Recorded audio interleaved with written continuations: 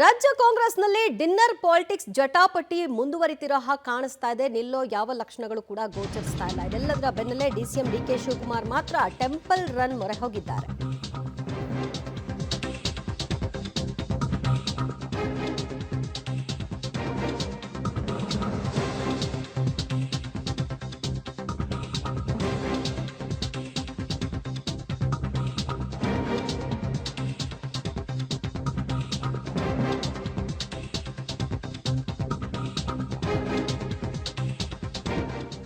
ರಾಜ್ಯ ಕಾಂಗ್ರೆಸ್ನಲ್ಲಿ dinner politics ಜಟಾಪಟಿ ತೀವ್ರಗೊಳ್ತಾ ಇದೆ. ಸಿಎಂ ಕುರ್ಚಿ ಕದನದ ಮಧ್ಯೆ DCM DK Shivakumar temple run ಆರಂಭಿಸಿದ್ದಾರೆ. ನಾಳೆ ತಮಿಳುನಾಡಿನ 2 ಪ್ರಸಿದ್ಧ ದೇವಾಲಯಗಳಿಗೆ ಅವರು ಭೇಟಿ ಕೊಡಲಿದ್ದಾರೆ.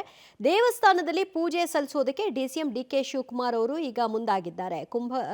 ಕುಂಭಕೋಣಂನ ಪ್ರತ್ಯಾಂಗಿರ ದೇವಿ ದೇವಸ್ಥಾನದಲ್ಲಿ ವಿಶೇಷ ಪೂಜೆಯನ್ನು ಹಮ್ಮಿಕೊಂಡಿದ್ದಾರೆ. ಜೊತೆಗೆ ಕಾಂಚೀಪುರಂನ ವರದರಾಜು ಪೆರುಮಾಳ್ ದೇವಸ್ಥಾನದಲ್ಲೂ ಕೂಡ ಪೂಜೆಯನ್ನ ನೆರವೇರಿಸಲಿದ್ದಾರೆ. ಈ 2 ದೇವಾಲಯಗಳ ಭೇಟಿಗೆ ಈಗಾಗಲೇ ಡಿಕೆ ಶಿವಕುಮಾರ್ ಅವರು ಮುಂದಾಗಿದ್ದಾರೆ.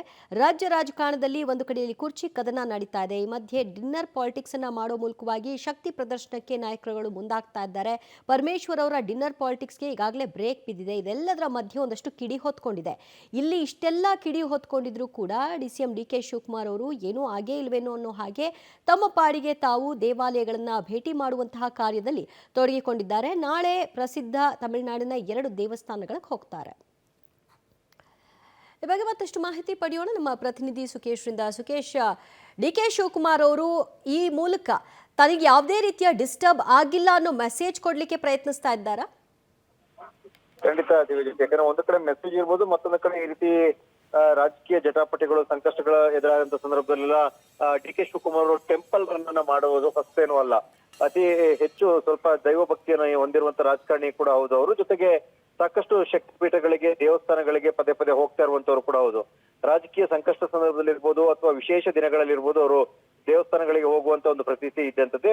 ಹೊರರಾಜ್ಯದ ದೇವಸ್ಥಾನಗಳು, ರಾಜ್ಯದ ದೇವಸ್ಥಾನಗಳು ಕೂಡ ಸಾಕಷ್ಟು ಬಾರಿ ಭೇಟಿ ಕೊಟ್ಟಂತ ಉದಾಹರಣೆ ಇದೆ. ಹಾಗೆ ಅದೆಲ್ಲ ನೋಡ್ತಾ ಇದ್ರೆ ಸಹಜವಾಗಿ ಸಂದರ್ಭದಲ್ಲಿ ತಮಿಳುನಾಡಿನ 2 ಪ್ರಮುಖ ದೇವಸ್ಥಾನಗಳಿಗೆ ನಾಳೆ ಭೇಟಿ ಕೊಡ್ತಾ ಇರುವಂತದ್ದು ಕೂಡ ಅವರ ದೈವ ಭಕ್ತಿಯ ಒಂದು ಭಾಗ ಮತ್ತು ಅವ್ರ ವೈಯಕ್ತಿಕವಾದ ವಿಚಾರವಾಗಿದ್ರು ಕೂಡ ಈ ಸಂದರ್ಭದಲ್ಲಿ ಹೋಗ್ತಾ ಇರುವಂತದ್ದು. ಹಿಂದೆಯೂ ಕೂಡ ಕಷ್ಟ ರಾಜಕೀಯವಾದ ಸಂಕಷ್ಟಗಳು ಎದುರಾದ ಸಂದರ್ಭದಲ್ಲಿ ದೇವಸ್ಥಾನಗಳಿಗೆ ಹೋಗಿದ್ರಿಂದ ಅದೇ ಕಾರಣಕ್ಕಾಗಿ ಹೋಗ್ತಾ ಇರಬಹುದು ಅನ್ನುವಂತ ವಿಶ್ಲೇಷಣೆ ಕೂಡ ಬರ್ತಾ ಇರುವಂತದ್ದು. ದಿವ್ಯ ಜ್ಯೋತಿ, ಥ್ಯಾಂಕ್ ಯು ಸುಖೇಶ್ ನಿಮ್ಮೆಲ್ಲ ಮಾಹಿತಿಗೆ.